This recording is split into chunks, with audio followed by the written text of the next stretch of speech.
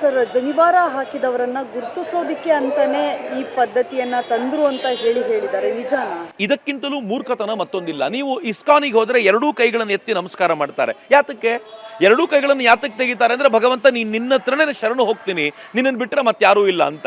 ನಾವೆಲ್ಲರೂ ದೇವಸ್ಥಾನಗಳಲ್ಲಿ ನೇರವಾಗಿ ಸಾಷ್ಟಾಂಗ ಮಾಡಿದರೆ ಇಸ್ಕಾನ್ನಲ್ಲಿ ಎಡಕ್ಕೆ ಸಾಷ್ಟಾಂಗ ನಮಸ್ಕಾರ ಮಾಡ್ತಾರೆ. ಯಾತಕ್ಕೆ? ಅದು ಭಗವಂತನಿಗೆ ಹೃದಯ ಸಮರ್ಪಣೆ ಮಾಡುವಂಥ ಪರಿಕಲ್ಪನೆ. ಆಯಾ ದೇವಸ್ಥಾನಗಳು ಆಯಾ ಪರಂಪರೆಯವರು ತಮ್ಮದೇ ಆದೊಂದು ವ್ಯವಸ್ಥೆಯನ್ನು ಮಾಡ್ಕೊಂಡು ಬಂದಿದ್ದಾರೆ. ಶರ್ಟನ್ನು ತೆಗೆಯೋದು ಯಾಕೆ ಅಂತಂದರೆ, ಅಹಂಕಾರವನ್ನು ಪಕ್ಕಕ್ಕಿಟ್ಟು ನಾವೆಲ್ಲರೂ ಸಮಾನ ಅಂತ ತೋರಿಸಿಕೊಳ್ಳುವಂಥ ಪ್ರಯತ್ನ. ಈ ಶರ್ಟನ್ನು ತೆಗೆದು ಲೈನಲ್ಲಿ ಹೋಗಬೇಕಾದ್ರೆ ಅಲ್ಲಿ ಬ್ರಾಹ್ಮಣನೂ ಇರ್ತಾನೆ, ವೈಶ್ಯನೂ ಇರ್ತಾನೆ, ಕ್ಷತ್ರಿಯನೂ ಇರ್ತಾನೆ, ಯಾರನ್ನ ಕೆಳಜಾತಿಯವರು ಅಂತ ಇವ್ರು ಕರೀತಾರೋ ಅವನು ಜೊತೆಯಲ್ಲಿರ್ತಾನೆ. ಬೇರೆ ಎಲ್ಲ ದೇವಸ್ಥಾನಗಳನ್ನು ಬಿಡಿ, ಕನ್ನಡಿಗರು ಪ್ರತಿಯೊಬ್ಬರು ಕೂಡ ಧರ್ಮಸ್ಥಳಕ್ಕಂತೂ ಹೋಗಿಯೇ ಇರ್ತಾರೆ. ಒಂದಲ್ಲ ಒಂದು ಸಂದರ್ಭದಲ್ಲಿ ಧರ್ಮಸ್ಥಳದಲ್ಲಿ ನಾವು ಶರ್ಟನ್ನು ತೆಗೆದು ಹೋಗ್ತೀವಿ. ಶರ್ಟನ್ನು ತೆಗೆದು ಹೋಗುವಾಗ ಅಲ್ಲಿ ಯಾರಾದರೂ ಇವನು ಜನವಾರ ಹಾಕ್ಕೊಂಡಿದ್ದಾನೆ, ಇವನಿಗೆ ಬೇರೆ ಲೈನಲ್ಲಿ ಬಿಡಿ, ಇವನು ಜನವಾರ ಹಾಕಲಿಲ್ಲ ಮತ್ತೊಂದು ಲೈನಲ್ಲಿ ಕಳಿಸಿ ಅಂತ ಹೇಳಿದ್ದೇನೆ. ಯಾರಾದರೂ ನೋಡಿದ್ದಾರಾ?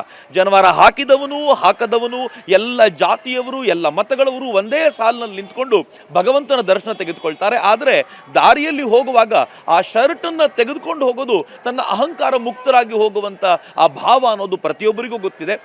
ಎಲ್ಲರೂ ಕೂಡ ತಮಗೆ ಬೇಕಾದಂತೆ ಪ್ರತಿಯೊಂದನ್ನು ಕೂಡ ಅವ್ರದೇ ಮೂಗಿನ ನೇರಕ್ಕೆ ಅವರು ಆಲೋಚನೆ ಮಾಡಬಹುದಾಗಿರೋದ್ರಿಂದ ಇದನ್ನು ಲೆಫ್ಟಿಸ್ಟ್ಗಳು ಏನು ಹೇಳ್ತಿದ್ದಾರೋ ಅದನ್ನು ಕಮ್ಯುನಿಸ್ಟರ ಪಂಥದ ಪಿಣರಾಯಿ ವಿಜಯನ್ ಇದನ್ನು ಸ್ವಲ್ಪ ಜೋರಾಗಿ ಮಾತನಾಡ್ತಿದ್ದಾರೆ. ಇದು ಹಿಂದೂ ಧರ್ಮಕ್ಕೆ ಹೊಸ ಸವಾಲೇನಲ್ಲ, ಹಿಂದಿನಿಂದಲೂ ಕೂಡ ಈ ಥರದ ಮಾತಾಡ್ಕೊಂಡು ಬಂದಿದ್ದಾರೆ ಅಂತ ನಮಗೆಲ್ಲ ಗೊತ್ತಿರುವಂಥದ್ದು. ಆದರೆ ಒಂದು ಗೊತ್ತಿರಬೇಕು, ನಾವು ಶರ್ಟನ್ನು ತೆಗೆಯೋ ಕಾರಣಕ್ಕೆ ನಾವು ದೇವರ ಮುಂದೆ ನಿಂತಾಗ ನಮ್ಮನ್ನು ಸೆಪರೇಟ್ ಮಾಡಿದ್ದನ್ನಂತೂ ನಾನು ಯಾವ ದೇವಸ್ಥಾನದಲ್ಲೂ ನೋಡಲಿಲ್ಲ.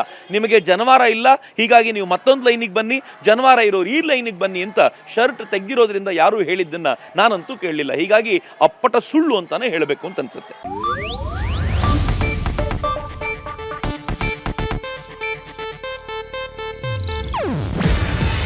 ಇದು ಏಷ್ಯಾನೆಟ್ ನ್ಯೂಸ್ ನೆಟ್ವರ್ಕ್ ಪ್ರಸ್ತುತಿ. ನೀವು ನೋಡ್ತಿದ್ದೀರಾ ಏಷ್ಯಾನೆಟ್ ಸುವರ್ಣ ನ್ಯೂಸ್.